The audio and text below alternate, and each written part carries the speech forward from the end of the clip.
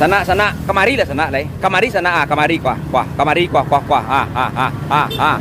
Ado teh talua tagak tali sana Ado teh talua tagak tali di kedai gembira sana di kafe gembira. Kemari lah sana lai. Jabodetabek kemari lah lai. Kemari lah lai cik den lah. Kemari lah lai. Kemari lah lai. Mana baca cakap je bini kemari. Nak tekak ini kemari ya. Esok pagi damai. Damai ya. Kena lama-lama pungkang tu bos kok. Ya. Kemari lah. Itu. Yo diskotang guys. Yo diskotang guys. Yo mantep diskotang guys. Kiro di kedai gembira guys. Diskotang lado lo guys. Lado lo nyusiko. Kuah. Adis kotang spesial teh talua tagak tali ya. Bang Jel. Yup. Tanya wak cik. Aduh Bang Panjul. Apa nama posisi di siko? Lokasinya di Kalimalang, Pangkalan Jati. Di Kalimalang, Pangkalan Jati, Pondok Bambu. Pondok Bambu. Di samping Bank DKI. Di samping Bank DKI. Kau nak kafe gembira sana. Ada diskotang guys. Ada bang elektrik guys, bang elektrik Joni aku guys Allah.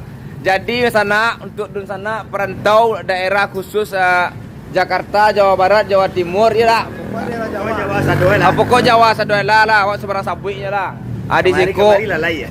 Kamari lalai. Jadi kecil bang elektrik kamari lalai karena bang elektrik lah menyediakan alat musiknya siko dan artis-artis Sumatera Barat banyak di siko. Kalau nak tidur rugi. Jadi di siko sampai lah tadi. Jadi di siko menu-menunya apa bang? Menunya ada martabak Mesir. Kok? Tuh martabak Mesir. Kuah. Nyo. Martabak Mesir. Ada martabak Mesir. Martabak Mesir Nasi goreng. Ada mie rebus. Mie goreng. Ada mie goreng. Nasi goreng ada yang merah, yang hijau. Oh, langkok lah ya. Soto Padang ada. Alai. Sambal buruk-buruk ada lo. Onde. Lontong ada lo.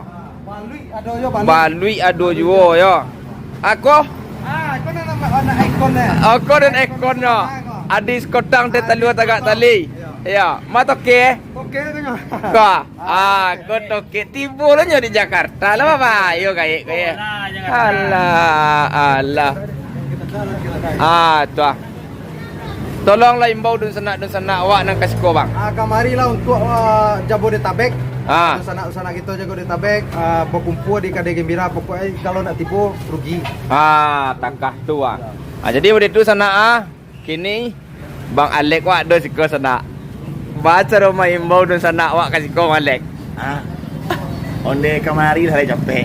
Siko na 0-0 aja. Bahas seru itu. Aku si kutang adi ya impor dari Padang kamari. Oh. Nama ekspor atau impor pokoknya simpel ekspor lah kan bang. Pokoknya kemari lah. Iya. Telu tagak tali ya. Ayo mantap. Oke, makasih Bang Alek. Lalu sana. Lipo lah kasih kolai.